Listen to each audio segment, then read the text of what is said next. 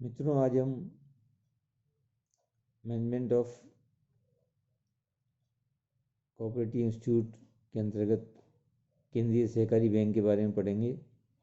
Central cooperative bank क्या है, उसकी आवश्यकता क्या है, उसका उद्गम विकास कैसे हुआ, नियोजन काल में विकास कैसे हुआ, इन सब के बारे में आज हम बात करेंगे। सबसे पहले केंद्रीय सहकारी बैंक की आवश्यकता। भारत में लगभग सभी राज्यों में सहकारी आंदोलन का ढांचा स्तूपाकार है। इस ढांचे में शीर्ष स्तर पर राज्य सहकारी बैंक या शीर्ष बैंक, जिला स्तर पर केंद्रीय सहकारी बैंक तथा प्राथमिक स्तर पर गांव स्तर पर ग्रामीण सहकारी समितियां कार्यरत हैं। सहकारी व्यवस्था के संघीय ढांचे में केंद्रीय सहकारी बैंकों की स्थिति अत्यंत महत्वपूर्ण है। ये बैंक शीर्ष बैंक व प्राथमिक समितियों के मध्य कड़ी का कार्य करते हैं। भारत में प्राथमिक साख समितियां वित्तीय दृष्टि से सुदृढ़ नहीं है। इनके साधन इतने कम हैं कि अपने पैरों पर खड़ी होने में असमर्थ हैं। ये अपने सदस्यों पर साख की आवश्यकताओं की पूर्ति करने में भी असमर्थ हैं।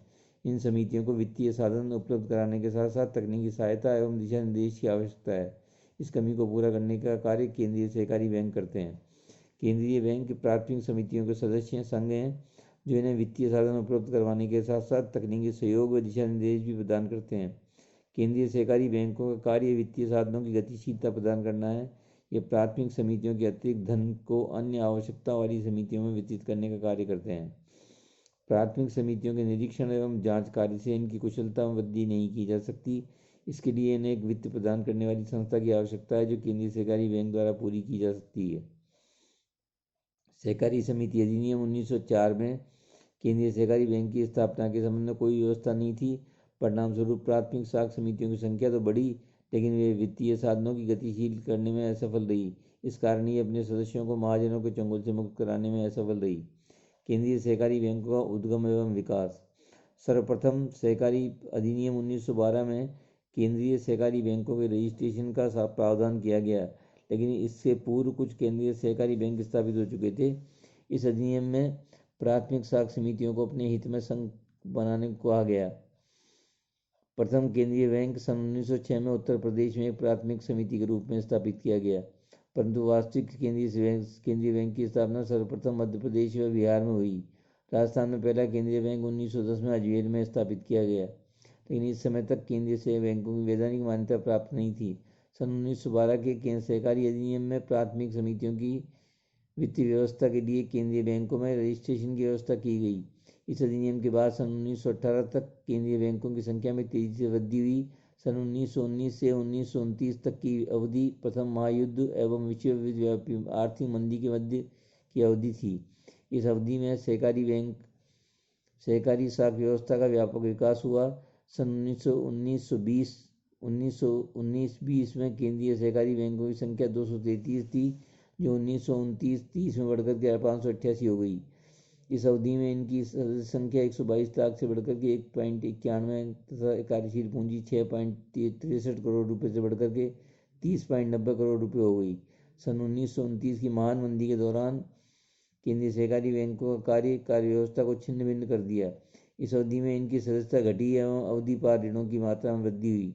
यद्यपि इस अवधि में कुछ और बैंकों की स्थापना होने से इनकी संख्या 1929-30 में 588 से बढ़कर के 1936-37 में 611 हो गई, लेकिन सदस्य संख्या 1.91 लाख से घटकर के 85,000 रह गई। इस अवधि में प्राथमिक साख समितियों की सदस्यता में भी बहुत कमी आई। द्वितीय विश्व युद्ध काल में इन बैंकों का पुनर्विकास हुआ। युद्ध काल में इनकी सदस्यता, कार्यशील पूंजी आदि में वृद्धि हुई तथा इनकी आर्थिक स्थिति भी सुदृढ़ हुई। नियोजन काल में विकास। Progress in plan period. स्वतंत्रता प्राप्ति के पश्चात आर्थिक नियोजन को अपनाया गया। इसकी सफलता के लिए सहकारी व्यवस्था को मजबूत करना आवश्यक समझा गया। सहकारी समितियों के एकीकरण एवं पुनर्गठन कार्यक्रम को लागू किया गया। इस समय अधिकांश राज्यों में केंद्रीय वित्तीय संस्थाओं का ढांचा अव्यवस्थित था, अतः इनका पुनर्गठन किया गया। इस कार्यक्रम के अंतर्गत प्रत्येक राज्य में प्रथम योजना में केंद्रीय सहकारी बैंकों के पुनर्गठन एवं एकीकरण की नीति अपनाई गई। द्वितीय योजना में इस नीति का कठोरता से पालन करते हुए एक जिला केंद्रीय बैंक की स्थापना का प्रयास किया गया। जिन जिलों में एक से अधिक केंद्रीय सहकारी बैंक थे, उन्हें मिलाकर के एक मजबूत केंद्रीय सहकारी बैंक बना दिया गया। जहां किसी बैंक का कार्य क्षेत्र एक से अधिक जिलों तक विस्तृत था, उसे एक जिले तक ही सीमित कर दिया गया तथा दूसरे जिलों में नए केंद्र स्थित बैंक स्थापित किए गए। इस प्रकार प्रत्येक जिले के लिए केंद्रीय सहकारी बैंक की स्थापना नीति का पालन किया गया। इस पुनर्गठन एवं एकीकरण कार्यक्रम के फलस्वरूप केंद्रीय सहकारी बैंकों की संख्या 1550-51 में बढ़कर 505 से घट करके 1994-95 में 363 रह गई। तीसरी योजना तक पश्चिम बंगाल को छोड़ करके अन्य राज्यों में पुनर्गठन कार्यक्रम पूरा कर लिया गया। केंद्रीय सहकारी बैंकों की प्रगति को अग्र तालिका में दर्शाया गया है। केंद्रीय बैंकों के प्रकार, टाइप्स ऑफ सेंट्रल बैंक। मैकलेगन समिति ने केंद्रीय सहकारी बैंकों के 3 भागों में बांटा था: व्यक्तिगत सदस्यता वाले बैंक, समितियों की सदस्यता वाले बैंक और मिश्रित बैंक। नंबर 1, व्यक्तिगत सदस्यता वाले बैंक।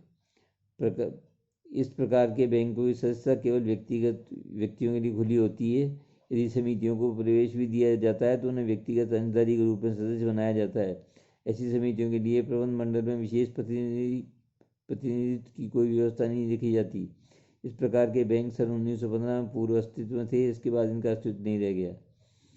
समितियों की सदस्यता वाले बैंक अथवा बैंक संघ, ये विशुद्ध सहकारी बैंक होते हैं। इसके सदस्य जिले की सभी प्राथमिक समितियां होती हैं।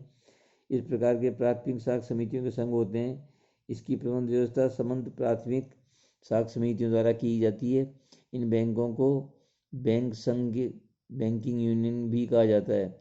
इनका कार्य क्षेत्र छोटा होने के कारण प्राथमिक समितियां इनके प्रबंध में प्रत्यक्ष भाग लेती हैं। मैकलेगन समिति ने ऐसे बैंकों की स्थापना का सुझाव दिया था जिनमें केवल समितियों की सदस्य होती हैं।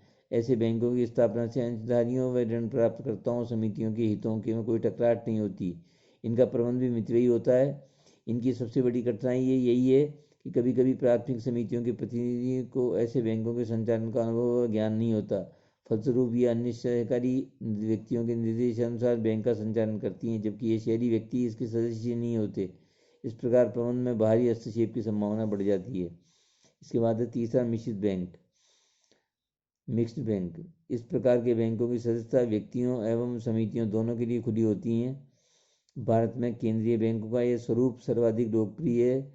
इसी कारण मिश्रित केंद्रीय सहकारी बैंकों की संख्या सर्वाधिक है। ऐसे बैंकों में प्राथमिक समितियों को सदस्य बनाने समय उनकी अंश पूंजी में अनुपात निश्चित कर दिया गया जाता है। बैंक के प्रबंध संचालन में समितियों को उचित प्रतिनिधि दिया जाता है। समितियों के अतिरिक्त व्यक्तियों को भी सदस्य बनाया जाता है। व्यक्तियों को सदस्य बनाने से ये लाभ होगा कि बाहर के प्रभावशाली व्यक्तियों के सदस्य बनाकर उनका सहयोग व समर्थन प्राप्त किया जा सकेगा। ऐसे बैंक ग्रामीण व शहरी क्षेत्रों में जमाएं आकर्षित करने में सफल होते हैं। इन बैंकों में सहकारी प्रकृति का भाव पाया जाता है। सामान्य रूप से बैंक व्यावसायिक बैंकों की तरह ही कार्य करते हैं। अब केंद्रीय बैंकों के उद्देश्य एवं कार्य, objects and functions of CCB. केंद्रीय सहकारी बैंक भारतीय सहकारी व्यवस्था के ढांचे का मध्य मार्ग हैं। ये शीर्ष बैंक व प्राथमिक शाखा समितियों के मध्य संपर्क कड़ी का काम करते हैं। इनका मुख्य कार्य प्राथमिक शाखा समितियों एवं सदस्यों को शाखा सुविधाएं उपलब्ध करवाना है। इसके लिए ये प्राथमिक शाखा समितियों के अतिरिक्त धन को जमा करते हैं तथा अन्य आवश्यकता वाली समितियों को ऋण देते हैं।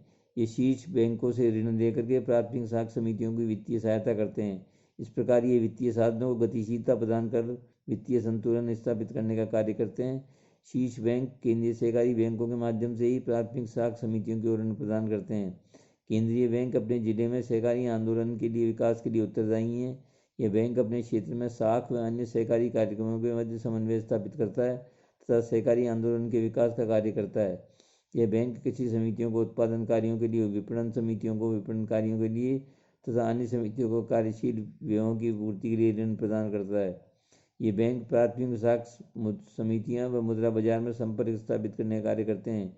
जीएम लॉर्ड के अनुसार जिला सहकारी बैंकों की स्थापना के पीछे आधारभूत विचार ये है कि प्राथमिक शाखा समिति, जो कि ग्रामीण आवश्यकताओं के संदर्भ में कृषकों द्वारा संचालित की जाती है और जिसका मुद्रा बाजार से कोई संपर्क नहीं है, तथा शीर्ष सहकारी बैंक, जो मुख्यतः नगर के व्यक्तियों द्वारा, जिनकी शहरी पृष्ठभूमि होती है, संचालित किए जाते हैं। इसलिए इनके देहाती क्षेत्रों में कोई व्यक्ति घनिष्ठ संपर्क नहीं होता।